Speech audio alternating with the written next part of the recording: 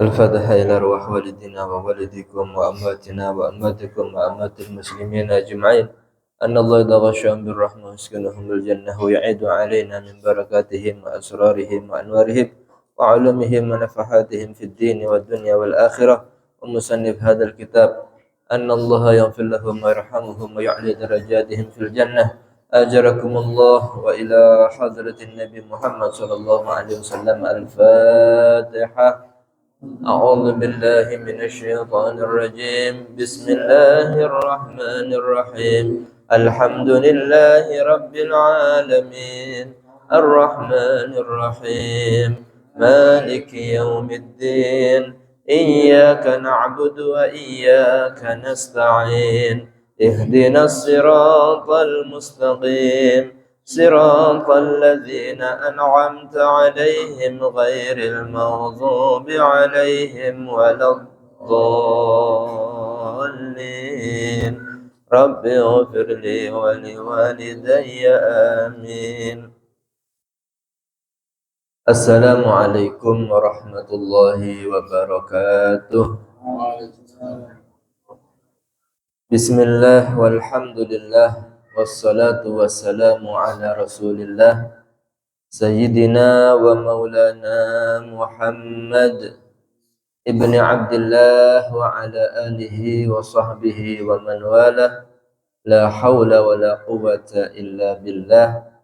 سبحانك لا علم لنا إلا ما علمتنا إنك أنت العليم الحكيم. رب اشرح لي صدري ويسر لي أمري واحلل عقدة من لساني يفقه قولي.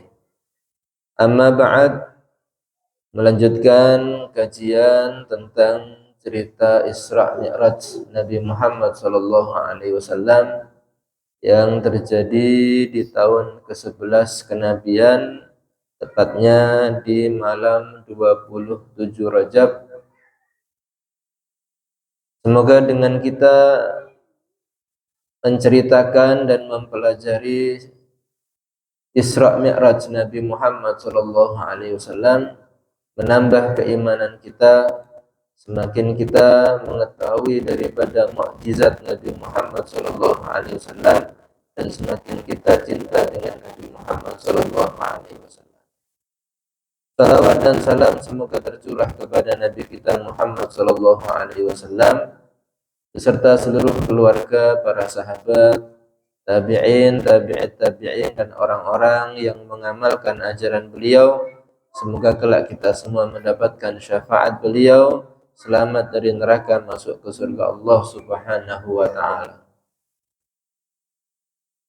Kemarin kita telah menjelaskan daripada peristiwa Isra, yaitu perjalanan Nabi Muhammad sallallahu alaihi wasallam di malam hari dari Masjidil Aqsa, dari Masjidil Haram Makkah menuju Masjidil Aqsa Palestina, yang itu telah diabadikan oleh Allah di dalam Al-Quran, dalam firman-Nya, Subhanalladzi asra bi'abdihi laylan minal masjidil haram ilal masjidil aqsa alladzi barakna haulahu linuriyahu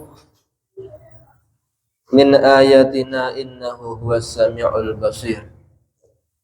Maha suci Allah yang memperjalankan dengan hambanya dari Masjidil Haram Mekah menuju Masjidil Aqsa Palestina di sebagian malam, untuk kita Allah tampakkan tanda-tanda kebesarannya, dan sesungguhnya Allah adalah Maha mendengar dan Maha melihat. Dari ayat ini kita mengetahui bahwa perjalanan Isra Mi'raj ini bukan usaha Nabi Muhammad sallallahu alaihi wasallam. Allah yang memperjalankan Nabi Muhammad sallallahu alaihi wasallam sehingga melakukan perjalanan yang sangat jauh dengan waktu yang sangat cepat. Itu merupakan kemampuan Allah Subhanahu wa ta'ala. Jangan dibayangkan dengan kemampuan manusia atau makhluk Allah. Contoh yang memudahkan kita memahami bagaimana terjadinya Isra Mi'raj ini, apabila ada seekor semut Dia ingin berjalan dari tempat duduk kita ini ke pintu keluar dari musola ini misalnya. Maka berapa lama yang dibutuhkan waktu oleh semut tadi untuk sampai ke pintu luar? Mungkin bisa sampai 15 menit atau lebih.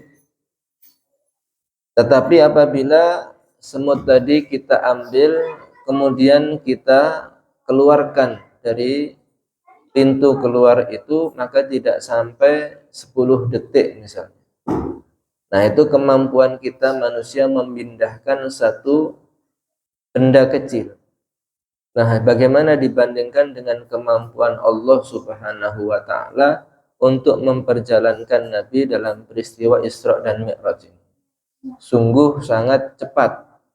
Bahkan dikatakan tsumma arudduhu minal arsh qabla an yabrudal farsh. Nabi itu kembali dari arshnya Allah sebelum tempat berbaring atau tempat duduk Nabi ini menjadi dingin. Nah, kalau kita duduk di satu tempat misalnya beberapa waktu, kemudian kita berdiri, maka terasa tempat duduk itu bekasnya adalah terasa hangat. Nah, sebelum menjadi dingin itu Nabi Muhammad SAW sudah Allah kembalikan dari arsy. Betapa cepat kemampuan Allah Subhanahu wa taala. Oleh karena itu diawali ayat ini dengan kata-kata subhana, maha suci. Itu menunjukkan bahwa tidak ada kemampuan makhluk untuk memahami daripada kekuasaan Allah Subhanahu wa taala. Cukup kita mengucapkan subhanallah, maha suci Allah. Yang perlu adalah mengimani, bukan untuk memikirkan.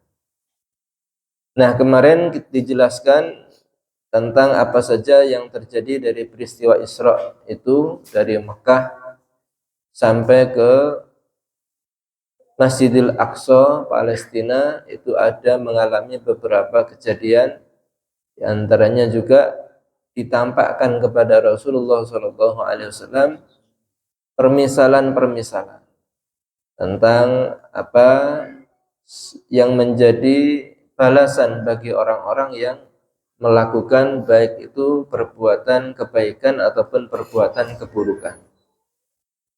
Kemudian Nabi Muhammad SAW bersama malaikat Jibril sampai di Masjidil Aqsa Palestina. Kemudian buruk yang dinaiki oleh Nabi Muhammad SAW ini diikatkan di sebuah tempat yang ada di depan Masjidil Aqsa. Kemudian Nabi masuk bersama malaikat Jibril, sholat 2 rakaat, yaitu sholat tahiyatul masjid. Dan ini menjadi sunnah bagi orang yang masuk masjid untuk melakukan sholat 2 rakaat tahiyatul masjid. Kemudian malaikat Jibril mengumandangkan azan. Setelah azan itu, maka ternyata dari belakang banyak kumpulan para nabi-nabi dan rasul, yaitu semua nabi dan rasul yang telah diutus oleh Allah Subhanahu wa taala. Kemudian Nabi Muhammad SAW yang diperintah untuk mengimami para nabi dan rasul sholat di Masjidil Aqsa. Oleh karena itu Nabi Muhammad ini dikatakan Imamul Anbiya'i wal Mursalin, imam sholatnya para nabi dan rasul, pemimpin para nabi dan rasul, Nabi Muhammad SAW.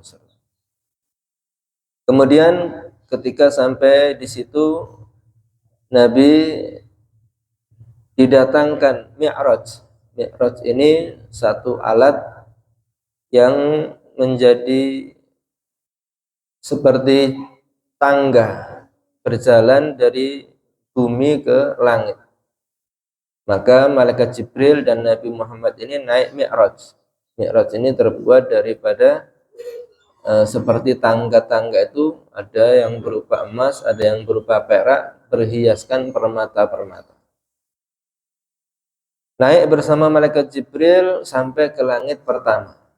Di langit pertama ini Nabi mengetuk pintu bersama malaikat Jibril.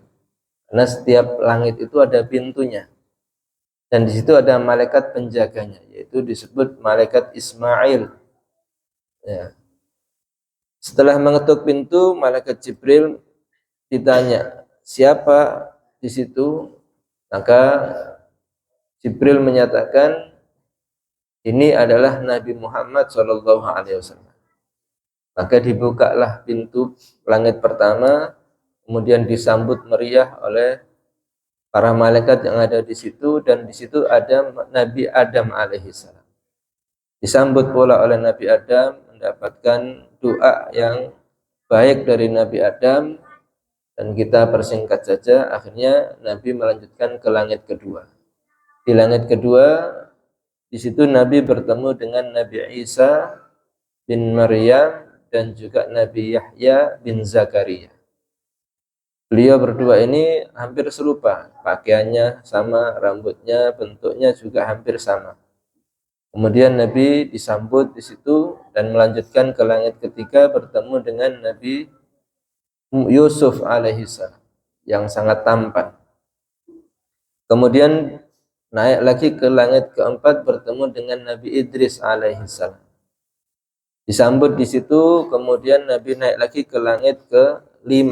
Di situ bertemu dengan Nabi Harun, saudara Nabi Yusuf, saudara Nabi Musa alaihissalam. Nabi Harun ini dikatakan seseorang yang memiliki jenggot panjang sampai hampir ke pusarnya.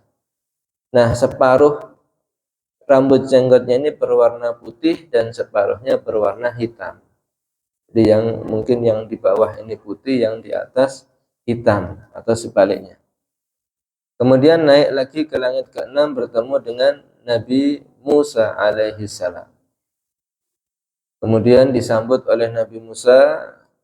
Kemudian naik lagi sampai ke langit ke-7, di situ ada Nabi Ibrahim alaihissalam. Ketika bertemu dengan Nabi Ibrahim alaihissalam, Nabi Ibrahim ini berkata kepada Nabi Muhammad SAW, yaitu mur ummataka fal tukthir min ghirasil jannah fa inna turbataha thayyibah wa ardaha wasi'ah.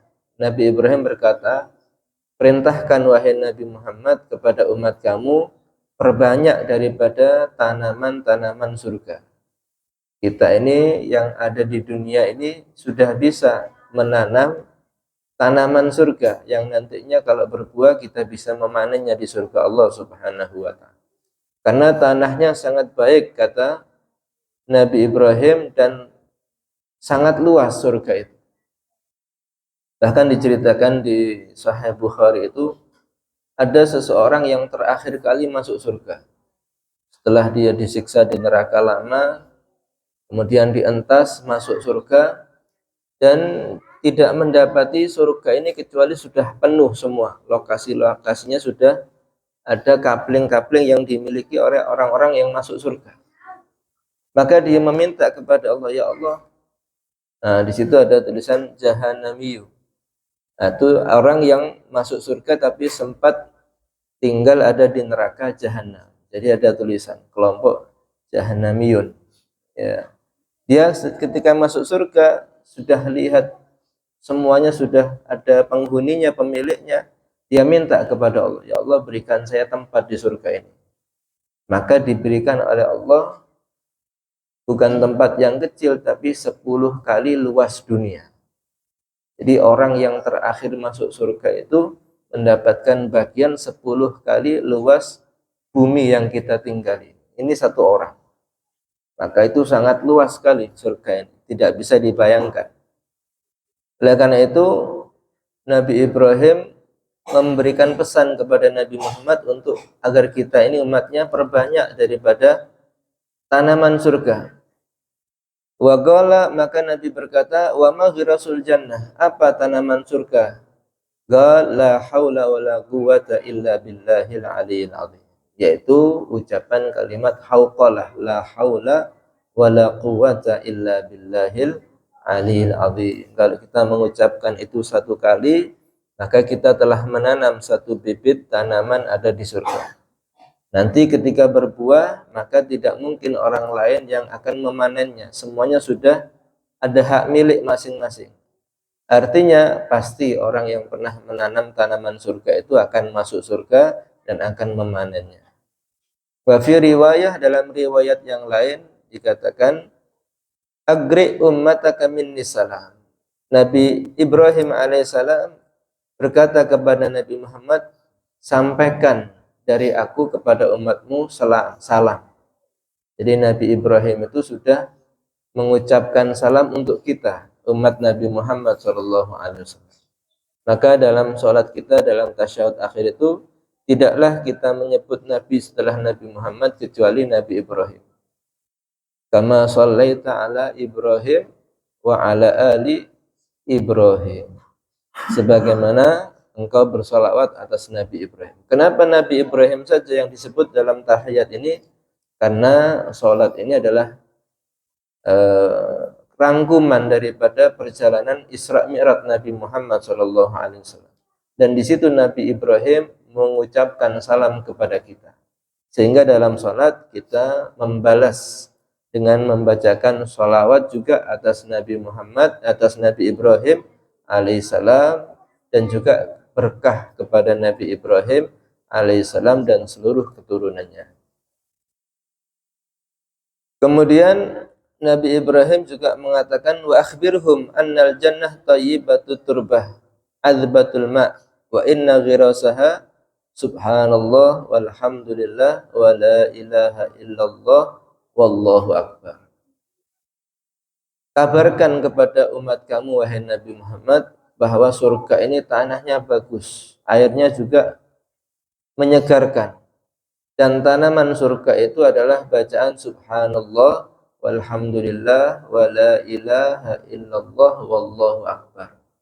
Kalau kita membaca tasbih ini satu kali, subhanallah walhamdulillah wa la ilaha illallah wallahu akbar, kita telah menanam satu pohon ada di surga Allah Subhanahu wa taala, dan kita pula yang akan memanennya. Oleh karena itu berbanyak daripada zikir-zikir seperti ini.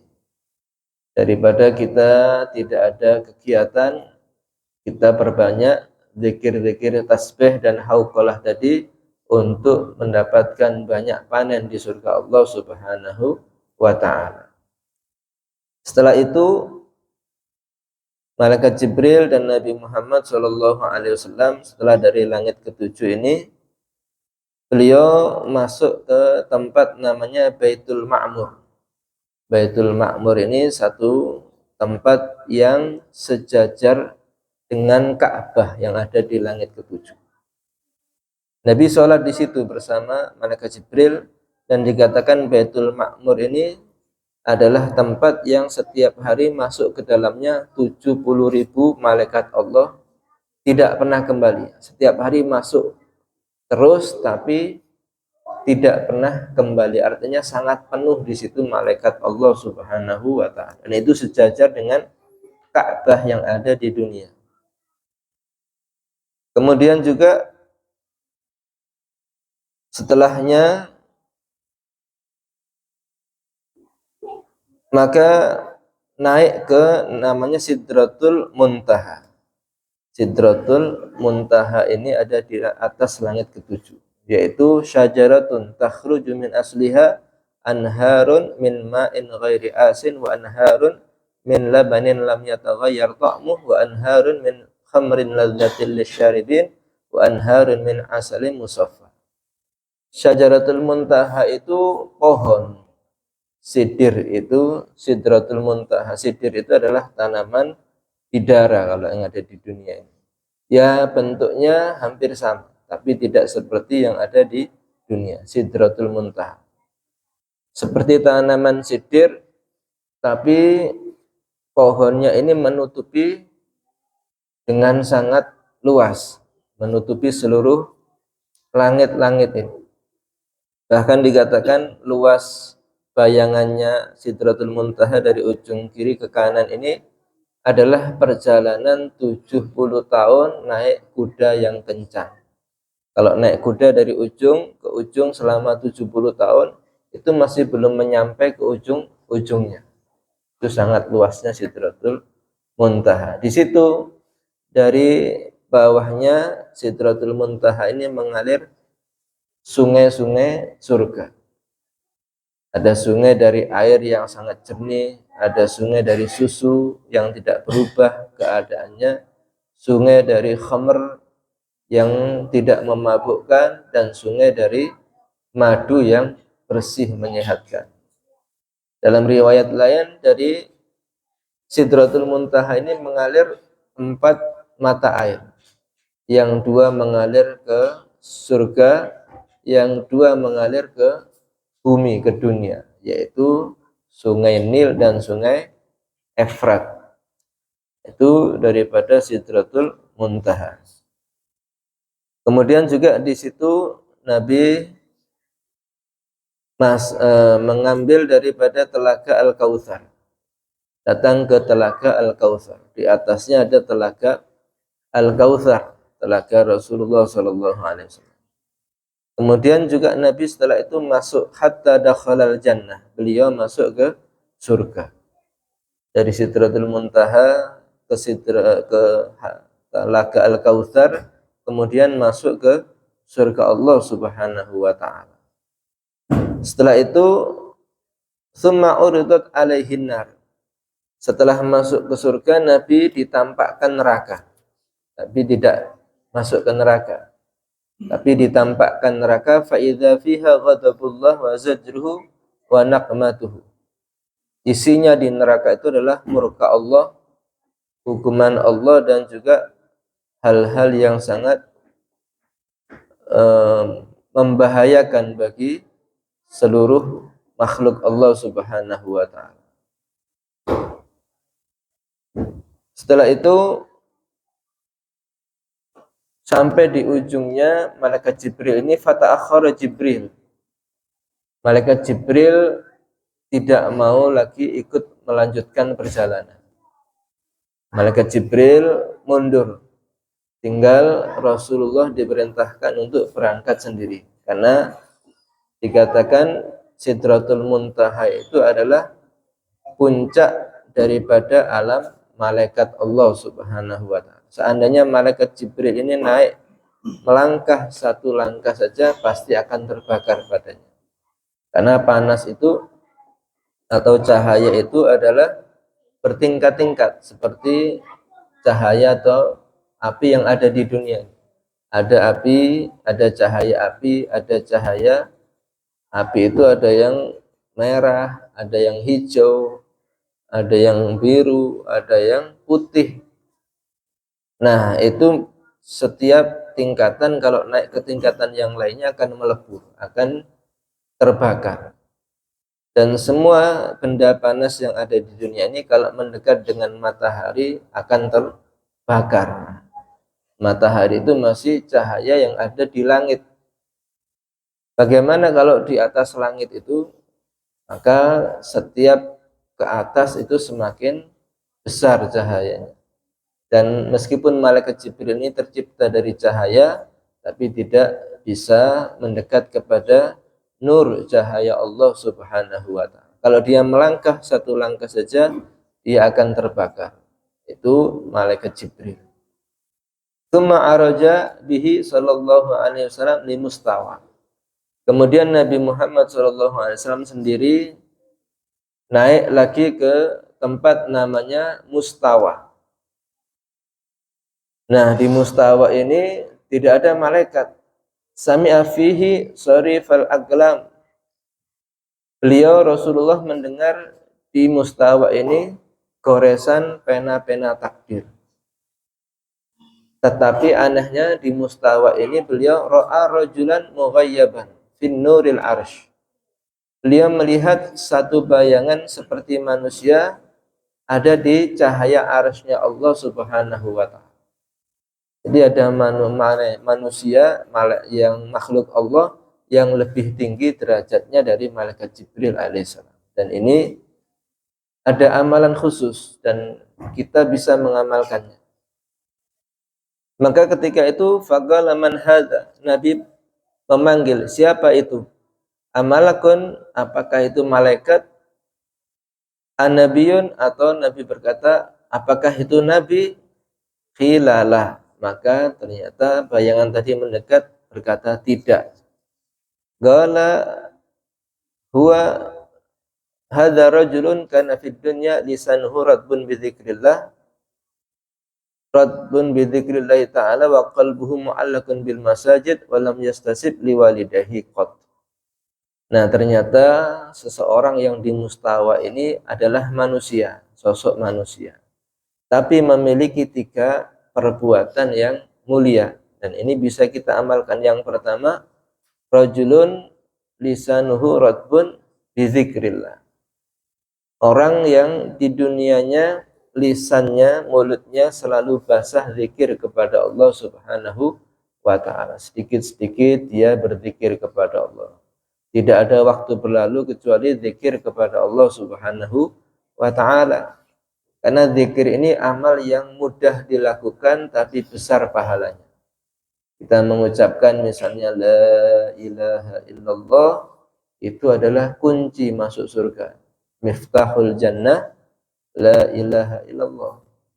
Kalau kita mengucapkan alhamdulillah, itu tamlaul mizan, bisa memenuhi timbangan amal kebaikan kita.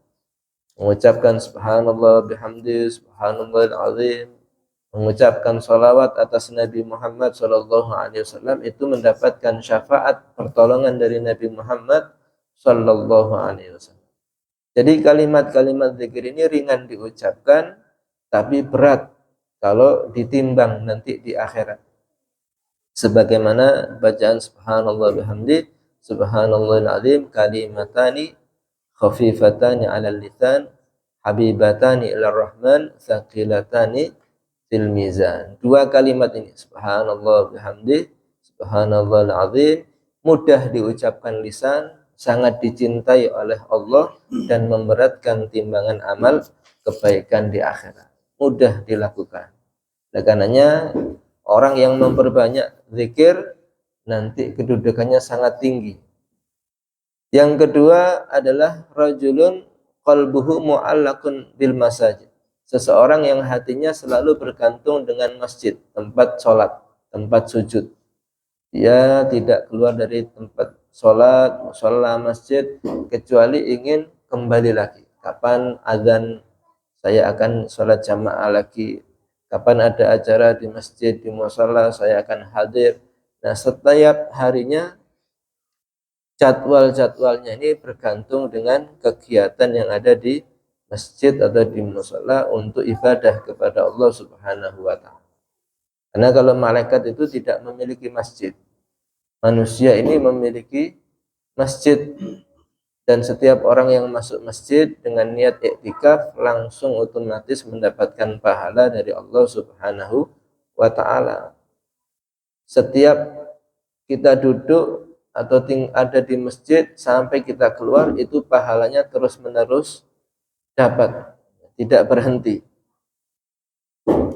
Kemudian yang ketiga, walam yastasib liwalidayhi qat. Dia tidak pernah durhaka kepada kedua orang tuanya. Nah, ini amalan yang sangat istimewa. Bakti dengan orang tua ini akan memudahkan kita mendapatkan segala kebaikan dunia dan akhirat. Karena malaikat itu meskipun bagaimanapun ibadahnya, dia tidak memiliki pahala birrul walidain. Karena wal malakul ladzi bila abin wa la akla la syurba wa la nauma lahu. Malaikat itu tidak punya ayah, tidak punya ibu, sehingga dia tidak memiliki pahala birrul walidain. Sedangkan dikatakan dalam hadis itu al jannatu tahta aqdamil ummahat. Surga itu ada di bawah telapak kaki ibu. Selama kita bakti dengan ibu, selama kita selalu hormat dengan ibu, pasti Allah akan memberikan surga kepada kita. Dan betapa banyak orang yang diangkat jadi walinya Allah, kekasih Allah, berkat doa daripada ibunya. Seperti Sayyidina Uwais Al-Qarani. Beliau Sayyidut Tabi'in, pemimpin para tabi'in, mendapatkan kemuliaan seperti itu. Bahkan Nabi itu meminta kepada Abu Bakar, kepada Umar, dan juga Ali bin Abi Thalib untuk meminta doa kepada Uwais Al-Qarani. Dan Nabi kirim salam kepada Uwais Al-Qarani, padahal tidak pernah berjumpa dengan Nabi Muhammad SAW. Kemuliaannya sudah dikenal di zaman Nabi Muhammad meskipun orangnya belum ada dan tidak pernah bertemu Nabi. Karena apa dia dimuliakan oleh Allah seperti itu? Karena bakti dengan ibu. Karena dia punya seorang ibu yang sudah tua, yang tidak kuat untuk berjalan. Suatu saat ibunya ingin berangkat haji, dan rumahnya Uwais Al-Qarani ini ada di daerah Yaman. Maka karena baktinya Uwais ini, beliau memberangkatkan ibunya berhaji dengan cara menggendongnya. Ketika tawaf digendong, wukuf di Arafah digendong, sa'i digendong, kemudian semuanya perjalanannya juga digendong. Dengan itu ibunya berdoa kepada Allah agar Uwais ini mendapatkan ridha Allah Subhanahu wa ta'ala. Dan ini yang tidak dimiliki oleh malaikat Allah Subhanahu wa ta'ala. Oleh karenanya kalau kita ingin kedudukan yang tinggi adalah dengan cara berbakti kepada orang tua kita. Kemudian setelah di Mustawa, tiba-tiba ada sahab seperti awan mendung. Kemudian Rasulullah SAW bertemu dengan Allah Subhanahu wa ta'ala. Fakharra Nabi SAW sajidah. Kemudian Nabi sujud, kemudian duduk tasyahud akhir. Nabi mengucapkan at-tahiyyatul mubarakatus salawatut tayyibatu lillah. Segala penghormatan, kebaikan, keberkahan adalah milik Allah Subhanahu wa ta'ala. Kemudian Allah membalas, assalamu alayka ayyuhan nabiyyu wa rahmatullahi wa barakatuh. Selamat atas kamu wahai Nabi, dan rahmatnya dan berkah darinya. Nah, Nabi itu sudah dijamin selamat karena mendapatkan salam. Salam itu artinya keselamatan langsung dari Allah Subhanahu wa ta'ala. Dan Nabi ketika itu juga tidak lupa dengan umatnya. Nabi memintakan keselamatan juga untuk kita. Assalamu alayna wa ala ibadillahi sholihin. Ya Allah, semoga keselamatan juga atas kita dan kepada hamba-hamba Allah yang soleh. Jadi umatnya Nabi Muhammad ini sudah otomatis didoakan oleh Nabi ketika bertemu Allah keselamatan.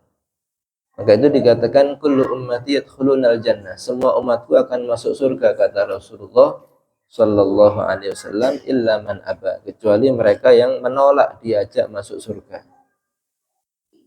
Setelah itu Allah Subhanahu wa ta'ala memberikan yaitu perintah kewajiban sholat dalam sehari semalam 50 kali. Bukan hanya itu, Allah juga memberikan memberikan kepada Nabi Muhammad SAW as-sab'al mathani, yaitu surat Al-Fatihah. Kemudian juga memberikan akhir khawatim suratil Baqarah, yaitu memberikan akhir daripada surat Al-Baqarah. Maka itu surat Al-Fatihah ini wajib pula dibaca ketika sholat dan menjadi rukunnya sholat, karena nuzulnya, turunnya surat Al-Fatihah ini juga bersamaan dengan peristiwa Isra dan Mi'raj, sehingga dibaca dalam sholat. Begitu pula tahiyat, itu adalah perjumpaan Allah dan Nabi dengan Allah Subhanahu wa ta'ala. Nah, setelah mendapatkan kewajiban sholat khamsina sholatan, 50 kali, itu Nabi kemudian turun lagi. sampai ke langit ketujuh, sampai ke langit keenam bertemu Nabi Musa. Maka Nabi Musa ini bertanya kepada Nabi Muhammad, apa yang telah engkau lakukan ketika bertemu Allah dan kamu mendapatkan apa? Maka Rasulullah menjawab, saya mendapatkan furidu alayya wa ala ummati khamsina salatin kulla yamin wa laylah. Diwajibkan atas aku dan umatku salat 50 kali dalam sehari semalam. Mendengar itu Nabi Musa ini berkata kepada Nabi Muhammad, fas'alhu at-takhfif. Kamu kalau bisa minta keringanan kepada Allah. Karena umatku, kata Nabi Musa, Bani Israel ini sudah aku uji coba melakukan sholat 50 waktu itu dan tidak mampu semua. Bisa dibayangkan dalam 24 jam kita ini diwajibkan sholat 50 waktu dalam sehari semalam. Hampir setengah jam sekali kita harus sholat. Maka tidak bisa kita bekerja, tidak bisa tidur, tidak bisa melakukan aktivitas kehidupan seperti saat ini. Dan itu sudah diuji coba kepada umat-umat terdahulu. Maka akhirnya mendapatkan saran dari Nabi Musa ini, Nabi Muhammad melihat ke malaikat Jibril seolah-olah meminta isyarat. Maka malaikat Jibril menyatakan, silahkan kamu minta keringanan kepada Allah. Akhirnya Rasulullah meminta keringanan kepada Allah dan dikurangi 5 sampai menjadi sehari semalam itu 5 waktu. Tetapi pahalanya tetap seperti melaksanakan sholat 50 waktu dalam sehari semalam. Al-hasanatu bi asyri amsalihha. Di dalam Al-Quran dikatakan satu kebaikan itu mendapatkan 10 kali lipat pahalanya. 5 sholat itu pahalanya seperti dengan 50 sholat dalam sehari semalam. Itu bagi umat Nabi Muhammad SAW. Kalau umat-umat terdahulu, dia melakukan satu kebaikan, ya pahalanya 1. Kalau umat Nabi Muhammad istimewa, yaitu satu kebaikan minimal mendapatkan 10 hasanah kebaikan dari Allah Subhanahu wa ta'ala. Setelah itu turun Nabi Muhammad SAW kembali ke samping Ka'bah, yaitu di Masjidil Haram, dan itu di waktu pagi. Maka setelah itu Nabi Muhammad duduk ada di Masjidil Haram sambil masih agak keheranan juga. Maka tiba-tiba bertemu dengan Abu Jahal. Marra bihi aduwullah Abu Jahal. Bertemu dengan Abu Jahal, musuhnya Allah. Maka melihat Nabi terdiam ada di samping Ka'bah, didatangi oleh Abu Jahal, ditanya. Maka Abu Jahal bertanya, apa yang terjadi pada kamu? Hal kana min syai', apakah terjadi sesuatu pada kamu? Qala na'am. Nabi berkata, iya. Apa itu, kata Abu Jahal? Gal usriya bi al-lailah. Tadi malam saya ini diperjalankan oleh Allah. Abu Jahal bertanya lagi, qal ila aina? Kemana kamu diperjalankan? Gal ila Baitul Maqdis. Maka Nabi menyatakan, saya diperjalankan ke Baitul Maqdis, ke Palestina. Gal, kemudian Abu Jahal berkata, summa asbahta baina dhahranaina. Kemudian pagi ini kamu sudah ada di hadapan kita ini. Sambil tercengang Abu Jahal ini. Gala na'am, iya. Falam yara anhu yakdzibu. Nabi tidak terlihat berbohong. Pertanyaan itu dijawab dengan jawaban yang meyakinkan oleh Rasulullah SAW. Akhirnya Abu Jahal ini sambil keheranan bertanya, kalau kamu ngomong ini benar, maukah kamu aku panggil orang-orang Quraisy ke sini semua untuk mendengarkan cerita kamu ini? Maka Nabi Muhammad juga menyatakan, silahkan. Maka dipanggil oleh Abu Jahal, ya ma'syara bani Ka'ab bin Lu'ay, wahai sekalian orang-orang keturunan Ka'ab bin Lu'ay. Ka'ab bin Lu'ay ini Quraisy.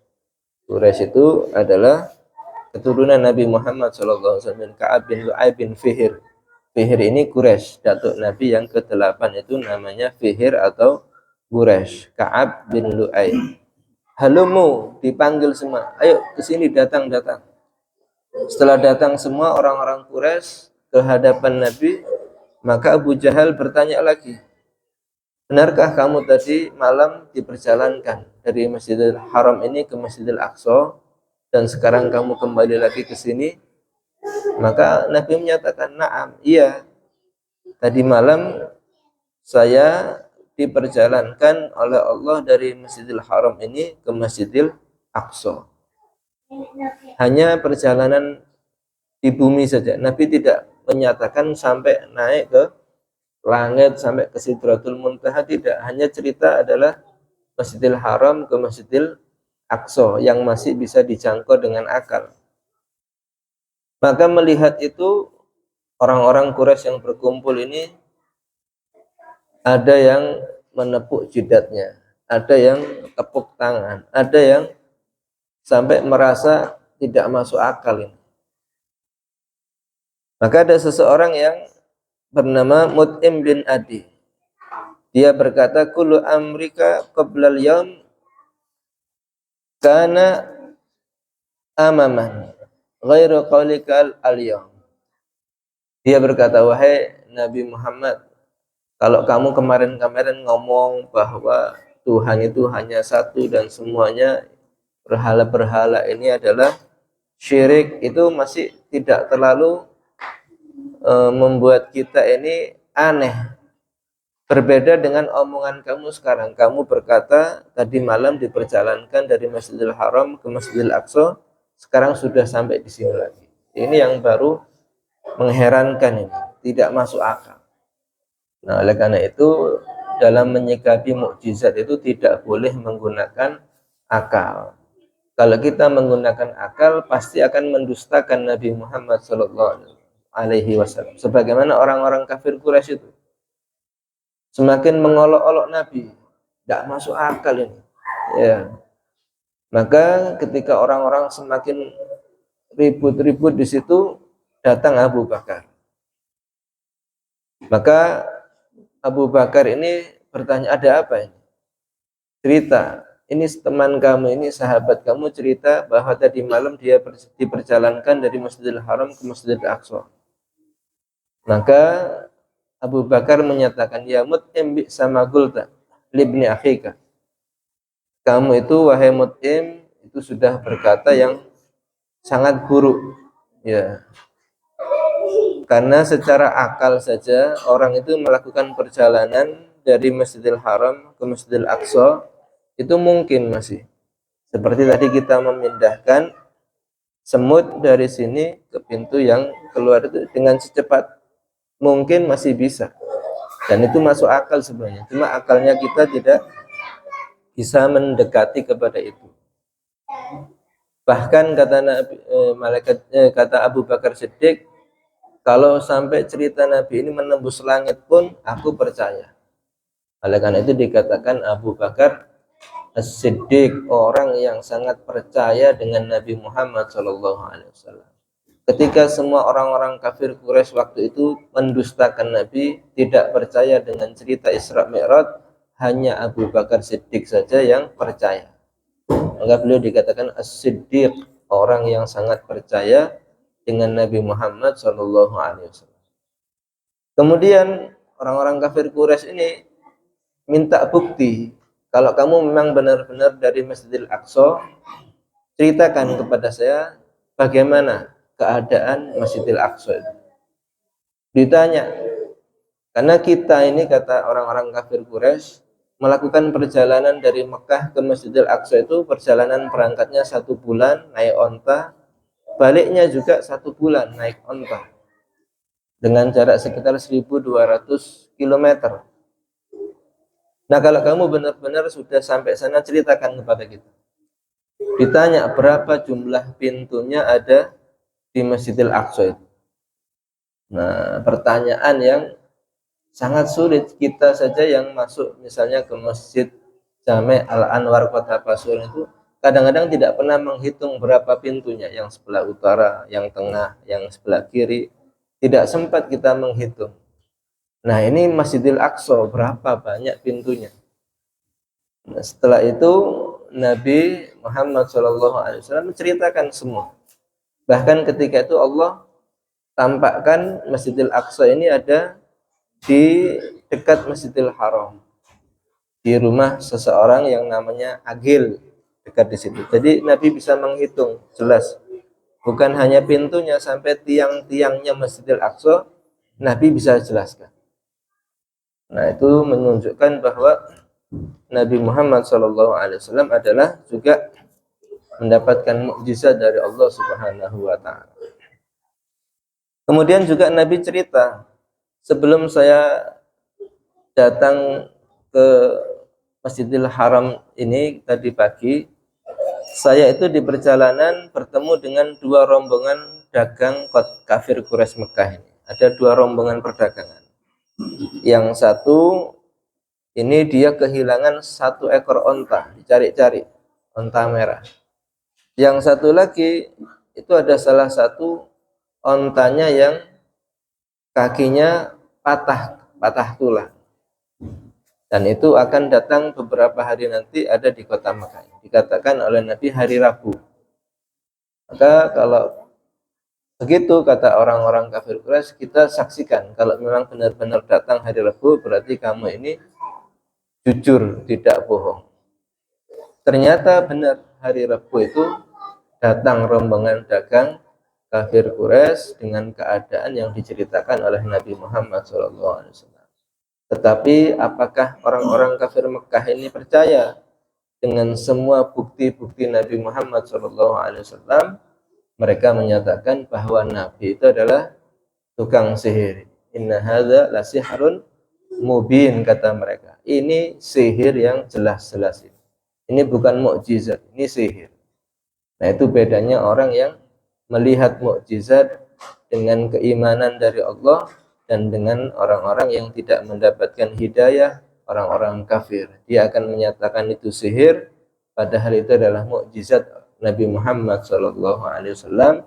Semoga kita semua selalu mendapatkan hidayah dari Allah, semakin yakin dengan ajaran Nabi Muhammad SAW, dan menjaga sholat 5 waktu agar kita semua mendapatkan surga Allah Subhanahu wa taala. Wa'afu minkum. Wassalamualaikum warahmatullahi wabarakatuh. La ilaha illallah.